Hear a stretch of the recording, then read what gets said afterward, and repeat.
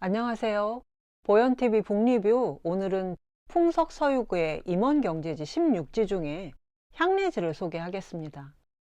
향례는 향촌에서 시행하는 의례라는 뜻인데, 선비가 향촌에 살면서 지역 공동체와 가문의 일원으로서 꼭 알아야 할 향례에 관한 내용을 담고 있습니다.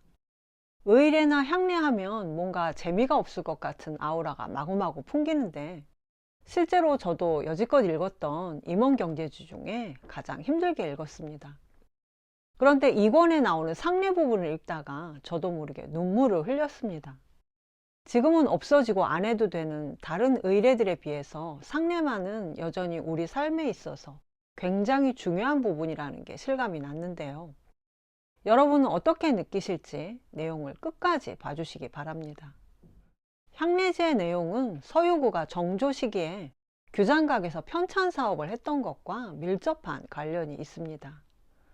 1795년 정조는 어머니 해경궁 홍씨의 회가변을 기념하기 위해 장수를 기원하는 내용의 옥책을 만들어 올리고 전국의 많은 노인들에게 잔치를 베풀었습니다.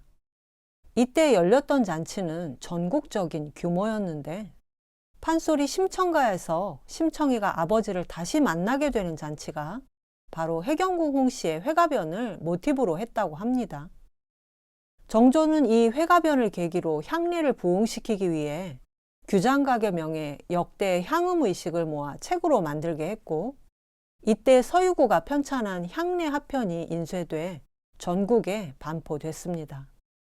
서유구는 이 향례 하편을 편찬하는 과정에서 의례와 국조 오례의를 참고했는데, 중국의 의례가 너무 오래되고 절차가 복잡한 대신 심오한 의미가 담겨 있다면, 반대로 조선 초에 만들어진 국조 오례의는 너무 내용이 간단하고 자세한 의미 부여가 되어 있지 않은 것이 흠이었습니다. 서유구는 이 둘의 장단점을 취사 선택한 새로운 향음주례와 향사례를 써서 향례하편 맨 끝에 첨부해서 정조에게 올렸는데, 그러나 정조는 서유구의 이런 시도를 높게 평가하지 않았습니다.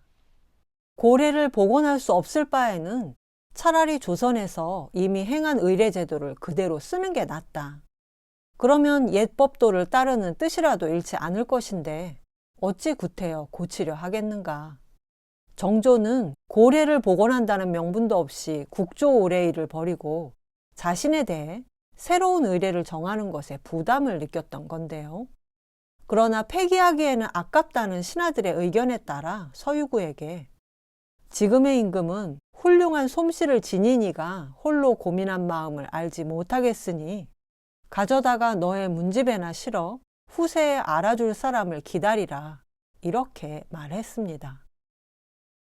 20년 후 서유구는 향례지를 쓰면서 의례와 국조 오례의의 내용을 인용한 뒤에 자신이 쓴 새로 정한 향음주례와 새로 정한 향사례를 각각 덧붙였습니다. 그럼 1권의 내용을 먼저 보겠습니다. 가장 먼저 주나라 향음주례가 소개되고 있는데, 조선시대로부터 1000년 전에 행하던 의례라고 보면 되겠습니다. 고을에서 음주하는 의례, 향음주례는 주나라 때는 3년에 한 번 정월에 열렸고, 원래는 향대부가 군주에게 인재를 청구하기 위한 행사였습니다. 이때 향은 시골이 아니라 제후가 다스리는 도성 안에서 왕궁 외에 백성들이 사는 지역을 향이라고 했는데, 이 향을 다스리는 향대부가 주인이 돼서 아직 벼슬하지 않은 인재를 초청해 함께 술을 마신 뒤에 다음날 새벽에 이들을 천거하는 글을 써서 왕에게 올렸다고 합니다. 주인은 그 고을 사정을 잘 아는 퇴직 관료들과 의논해서 가장 훌륭한 사람을 빈으로 삼고, 그 다음 가는 사람은 개로 삼고, 또 그 다음 가는 사람은 중빈으로 삼아서 초청했습니다. 향음주례는 보통 그 지역의 학교인 향교에서 열렸는데, 행사 당일에 주인은 대문 앞에 나와 손님을 맞이했습니다. 그런데 우리가 보통 예의를 차릴 때 문이나 계단, 엘리베이터 앞에서 서로 먼저 가시라고 이렇게 양보하지 않습니까? 그런데 여기 주나라 향음주례에 이게 나옵니다. 이것은 향음주례 때 손님과 주인의 자리와 필요한 기물들의 위치를 표시한 그림인데요. 주인과 빈과 개가 각각 혼자 앉아 독상을 받는 것이 기본인데 그들의 덕이 각각 특별함을 밝히기 위해서라고 합니다.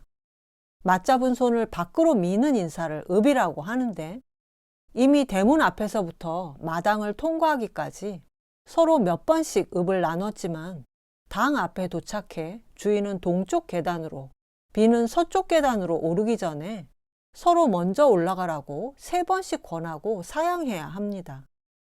계단을 다 올라가서 또 인사를 하는데 향음주례니까 술을 마셔야겠죠. 그런데 주나라 의례에서는 정성을 내보이기 위해 청결을 굉장히 중요시했습니다. 주인이 먼저 빈에게 술잔을 올려야 하는데 보시면 마당에 물항아리와 대야가 있습니다. 이때 사용하는 술잔이 작이나 치라고 하는 술잔인데 주인은 손님이 보는 앞에서 술잔을 씻기 위해 마당으로 내려갑니다. 그러면 빈이 따라 내려가는데 주인은 술잔을 땅에 내려놓고 빈이 따라오는 것을 사양합니다. 그런 다음 물항아리로 가서 먼저 손을 씻고 나서 청결한 손으로 빈에게 드릴 술잔을 씻는데 빈은 자신의 진심을 보이기 위해 주인에게 다가가며 술잔을 씻지 말라고 주인을 말려야 하고 주인이 씻던 술잔을 놓고 일어나 다시 사양하면 그제서야 빈은 자기 자리로 돌아가는데요. 술잔을 다 씻은 주인이 계단 앞에 이르면 역시 서로 읍하고 서로 사양하면서 계단을 오릅니다. 물론 이게 끝이 아니라 계속해서 개와 중빈에게도 술잔을 씻어 대접하느라 주인은 수도 없이 계단을 오르내려야 하고 그때마다 손님들은 따라가서 사양하고 말리기를 반복하느라 처음에는 앉아서 술을 마실 여유가 없습니다. 그런데 굉장히 번거롭게 느껴지는 이 의례에서 과장되게 사양하는 것에 익숙한 우리 부모님들의 모습이 떠오르지 않으셨나요? 저는 이 주나라 향음주례를 보면서 예의 본질이 사양에 있고 그것이 지금까지 우리의 생활 태도에 배어 있다는 생각에 놀라지 않을 수 없었습니다. 바로 사양하고 말리는 그 자체가 바로 예였던 겁니다. 그런데 후대로 올수록 의례가 간소화되다 보니까 이런 행동 하나하나의 의미를 살리기가 어려워졌는데 조선시대에는 매년 초겨울에 도성에서는 성균관에서 지방에서는 향교에서 성균관 대사성과 고을 수령이 각각 주인을 맡아서 향음주례를 치렀습니다. 이때 주인을 도와 연회를 진행하는 사회자인 사정이 아예 술잔을 들고 향음주례의 의미를 말하는 순서가 생겨났는데 서유구가 쓴 새로 정한 향음주례에는 이렇게 나와 있습니다. 삼가 생각하건대 조정에서 옛법을 따라 예교를 두터이 숭상하고 향음주례를 거행하는 이유는 먹고 마시기 위함이 아닙니다. 모든 우리 어른들과 젊은이들이 각자 서로 권면하고 힘써서 신하된 사람은 충성을 다하고 자식된 사람은 효를 다하여 안으로 집안에서 화목하고 밖으로는 마을에서 도리에 따르도록 하기 위함입니다. 혹시라도 이를 실추시켜 낳아준 분에게 욕되지 않도록 해야 합니다. 1권의 두 번째 내용은 고을에서 활쏘게 하는 의례인 향사례입니다. 새로 정한 향사례에서는 해마다 음력 3월에 역시 도성에서는 성균관에서 지방에서는 향교에서 고을 수령이 주인이 돼서 향사례를 행하는데 야외에서 활 쏘는 부분을 제외하면 주인이 빈을 포함한 손님에게 손을 씻고 술과 음식을 대접하고 연회를 여는 부분이 같지만 다만 향사례는 활 쏘기를 통해 예약을 익히는 데 방점을 두기 때문에 향음주례보다는 서로 인사하고 사양하는 예를 좀 더 간소하게 합니다. 이 주나라 때 향사례의 모습이 논어 8일편 7장에 나옵니다. 자활, 군자, 무소쟁, 필야, 사호. 공자께서 말씀하셨다. 군자는 다투는 법이 없다. 그러나 굳이 다투는 것을 말하자면 활쏘기 정도일 것이다. 읍양이승, 하이음, 기쟁냐, 군자. 상대방에게 읍하고 사양하면서 당에 오르고 또 당에서 내려와서는 벌주를 마신다. 이러한 다툼이야말로 군자스럽지 아니한가. 공자는 활쏘기를 군자의 수신과 연관시킬 정도로 중요하게 생각했는데 특이한 것은 진 사람이 벌주를 마시는 모습입니다.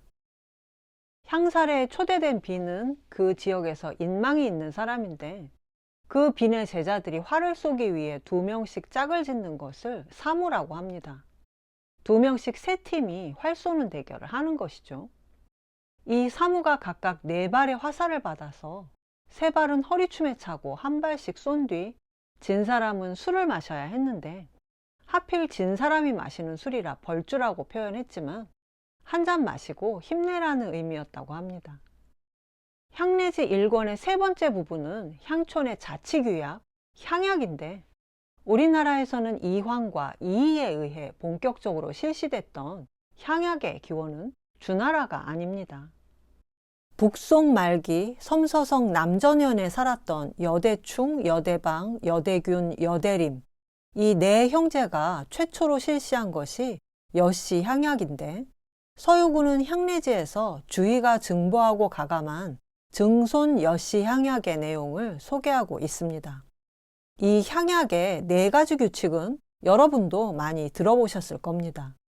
첫째는 덕과 업을 서로 권하는 덕업상권, 둘째는 잘못을 서로 규제하는 과실상규, 셋째는 예에 맞는 풍속으로 서로 사귀는 예속상교, 넷째가 환난을 서로 구호하는 환난상율인데요.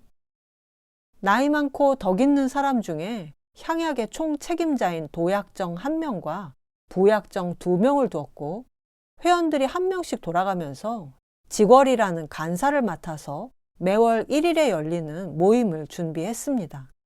이 모임을 통해 향촌의 자치 질서를 유지하고 특히 회원들이 수재나 화재, 질병, 초상 같은 어려운 일을 당했을 때 구제하는 일을 했는데 향내지에는 여시향약과 함께 율곡전서에 실려있는 사창계 약속이 소개되고 있습니다.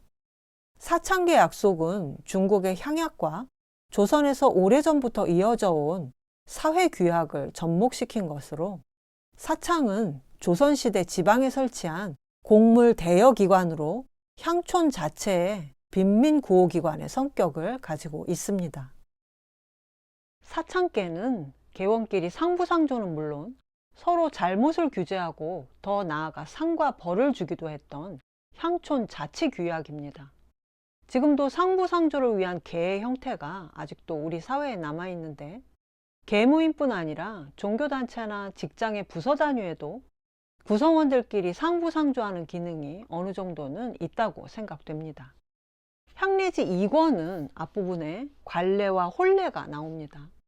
관례는 지금의 성인식과 같은 의미인데 남자가 12살에서 20살 사이에 머리를 하나로 올려서 상투를 틀고 그 위에 관을 썼는데 그런데 북송의 사마광이 쓴 서의에 의하면 당시 도시에서는 이 관례가 없어진 지 이미 오래고 시골에 있는 사람들이 주로 행했다고 합니다.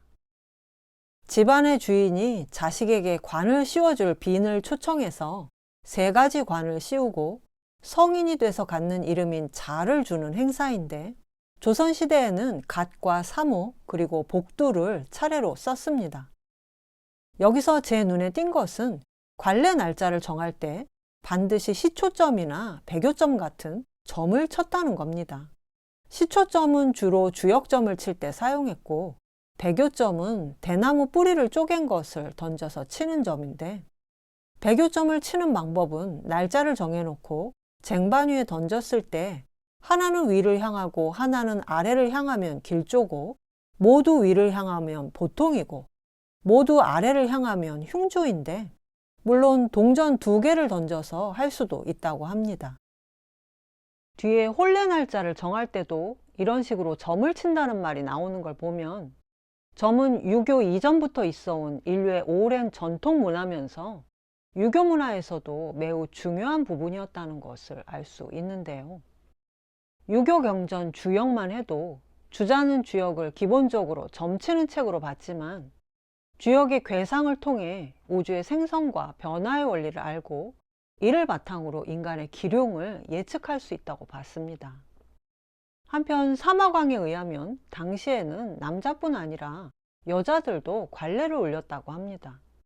여자가 15살이 되거나 혼인을 허락받으면 비녀를 꽂는 예식인 계례를 올렸는데, 집안의 여주인이 여빈을 모시고 여성 친지들이 모인 자리에서 여자에게도 자를 줬는데, 조선의 국조오레이에는 이 계례는 나와 있지 않습니다. 혼례에 관해서는 사실 우리나라에서는 전통 혼례 하면 신부집 마당에 동네 사람들이 다 모여서 떠들썩하게 치르고 첫날 밤을 신부집에서 보내는 장면을 떠올리죠. 그러나 중국식 혼례의 핵심은 친형으로 신랑이 말을 타고 신부집에 가서 인사를 드리고 그 길로 신부를 데리고 와서 신랑집에서 식을 치릅니다. 중국이 여자가 시집가는 결혼이라면 고대부터 우리나라는 남자가 처가로 장가가는 결혼 방식이었는데, 오암 송시열이나 율곡 이이도 청소년기를 다 보낼 때까지 외갓집에서 살았던 걸 보면 조선 중기까지도 친형하는 혼례가 크게 자리를 잡지는 못했던 것 같습니다. 드디어 마지막으로 상례가 나옵니다. 제목은 상례와 제례로 돼 있지만 대부분의 내용이 상례에 집중되고 있습니다. 상례는 복에서부터 시작됩니다. 복은 초혼이라고도 하는데, 지붕 한가운데로 올라가 북쪽을 바라보고 홀령을 부르는데, 죽은 사람이 입었던 웃옷을 흔들면서 아무개여 돌아오소서를 3번 외칩니다. 주로 사극에서 높은 사람이 죽었을 때 이런 장면이 나오는데, 망자를 향한 지극한 마음의 표현인 것 같습니다. 그리고 나서 그 옷을 시신 위에 덮어줍니다. 송나라 때만 해도 지붕에 올라가 외치면 사람들이 놀랄 것을 우려해 다만 뜰에 나가서 외치는데, 고인이 남자면 이름이나 관직, 봉호를 불렀고 여자는 자를 불렀다고 합니다. 초혼으로 시작된 상례 절차는 그야말로 복잡하고 엄숙하고 장엄한 대장정을 보는 것 같습니다. 초상으로부터 3개월에서 1년 후에 비로소 장례를 치르는데, 조선 왕들은 평균 5개월간 빈전이라는 임시 정각에서 시신을 안치했고 시신 주변에 얼음을 둬서 부패를 막았다고 합니다. 상례가 진행되는 동안 날짜를 잡고 준비가 되면 장례를 치렀기 때문에 장례 절차는 상례의 일부라고 봐야 하는데요. 첫 번째 기일에 소상을 지내고 두 번째 기일에 대상을 지내면 횟수로 3년상이 되는 건데, 부모님 2분의 3년상을 치르고 나면 아마도 인생의 3분의 1은 지나갔을 것 같습니다. 누구의 상이냐에 따라 아버지가 돌아가셨을 때와 어머니가 돌아가셨을 때 입는 상복이 다 다르고, 계부와 계모일 경우까지 상복에 세세한 구분을 뒀기 때문에 조선 중기에 예학에 대한 연구가 깊어지면서 그 유명한 예속 논쟁이 벌어지기도 했는데요. 그러나 공자는 상례의 본질이 형식적인 절차보다는 슬퍼하는 마음에 있다고 말한 바 있습니다. 제가 얘기 단공편에서 우연히 발견해서 좋아하는 부분이 있는데요. 공자가 위나라에 있을 때 어떤 장례 치르는 사람을 보고 저 상주가 참 잘한다면서 제자들에게 법으로 삼을 만하다고 했는데, 자공이 그 이유를 물으니까 공자가 그가 갈 때에는 사모하는 것 같더니 돌아올 때에는 의심하는 것 같구나. 나는 능히 저렇게 행하지 못하였다. 이렇게 대답했습니다. 장사 지내러 갈 때는 마치 앞에 가는 어버이를 따라가지 못해 울부짖는 어린아이처럼 애틋하더니, 장사를 끝내고 돌아올 때는 어버이가 정말 아주 가셨는가, 홀령이 정말 존재할까 하는 의심에 잠긴 모습을 본 공자가 저게 바로 상례의 본질이라고 찬탄했다는 건데요. 흔히 유교의 예가 형식적이고 딱딱하다고 생각하지만 원래 예는 이렇게 아주 지극히 인간적인 정감을 바탕으로 하고 있습니다. 장례를 치르고 나서 신주의 이름을 적어 사당에 모시면 이제 부모님은 제례의 대상이 됩니다. 사당은 가문에 하나씩 작은 교회당이 있는 거나 마찬가지였습니다. 각 집안의 사당 제사에는 그 어느 종교의 식에 못지않은 경건함이 있었는데, 상례가 부모님을 잃은 흉례라면 제사는 그리운 부모님의 홀령이 자식들이 바치는 음식과 술을 흠양하기 위해 다시 돌아오기 때문에 길래에 속하는데, 상례와 제례야말로 아직도 우리 삶에 크게 영향을 미치고 있습니다. 향례지를 읽다가 울 거라고는 생각도 못 했는데 밤에 읽어서 그런지 보다가 눈물이 났습니다. 저희 친정아버지는 돌아가신 지 30년 가까이 됐고, 시부모님은 최근에 돌아가셨는데, 친정아버지는 그때만 해도 매장을 했지만 시부모님은 두 분 다 화장을 했습니다. 향례지를 보는 내내 제가 겪었던 상례의 풍경이 계속 생각났고, 옛날에도 그랬지만 지금도 최소한 형제들이 있어야 제대로 치를 수 있는데, 저만 해도 아들 하나를 뒀기 때문에 아들이 치를 상례를 생각하니까 한숨이 나오면서 무척 마음이 답답했습니다. 향례지 상례편을 보면 옛날에는 부모님이 돌아가신 것을 차마 인정할 수 없어서 돌아가신 지 4일째 돼서야 비로소 제대로 된 상복을 갖춰 입었다고 하는데, 이런 정감을 생각하면 돌아가신 지 3일 만에 화장을 한다는 게 사실 굉장히 충격적인 일입니다. 유고를 받는 대기실에서 가족들이 울다 기절해서 실려나가기까지 하는데, 그러나 이제 우리나라 사람 90% 이상이 화장을 선택하고 있기 때문에 화장의 의미에 대해서도 깊이 생각해 봐야 하지 않을까 싶습니다. 우리나라에서 화장은 불교가 들어온 삼국시대 이후 특히 고려시대에는 사회 전반에 정착됐었다고 하는데, 향례지에서 보듯이 유교식 상례와는 맞지 않았기 때문에 조선시대에는 화장을 엄격하게 금했습니다. 그러다가 일제강점기에 조선 관혼상제 개혁의 일환으로 화장이 적극적으로 권장됐고, 해방 이후에는 다시 매장 풍습이 대세였지만, 이제는 친환경적인 장례 방법의 하나로 대부분의 사람들이 화장을 선택하고 있습니다. 원래 화장은 불교의 윤회 사상에서 인간의 몸을 이승에서 잠시 입었던 옷으로 생각하고, 헌옷과 같은 몸을 태움으로써 이승에 대한 애착과 미련을 버리고 새 옷, 새 몸의 주인이 되라는 의미가 있다고 합니다. 화장이 우리나라에서 1000년의 역사를 가진 장례 방법이기도 하지만, 불교적인 의미를 떠나서도 죽어서 자연으로 돌아간다는 죽음 본연의 의미를 현대인이 성숙하게 받아들이고 있다는 생각이 드는데요. 그러나 지금 병원 장례식장의 풍경은 포스트 모던이 바로 이런 게 아닌가 싶습니다. 흰 국화장식은 개항 이후 서양과 특히 일본 장례 문화의 영향을 받았고, 그 앞에는 제사상이 차려져 있죠.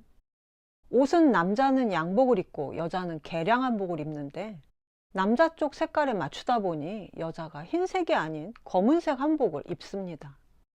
문상객이 오면 맞절을 하고 발인과 같은 절차는 유교식 이름으로 돼 있지만, 바로 화장장에 가서 부모님 시신을 한 줌 재와 맞바꾼 다음 그날로 납골당에 안치하고 집으로 돌아옵니다. 그런데 이승에 대한 미련을 끊는 화장을 한 다음에 잔치상 같은 제사상을 차려놓고 부모님의 혼령을 기다린다? 이건 또 어떻게 생각하십니까?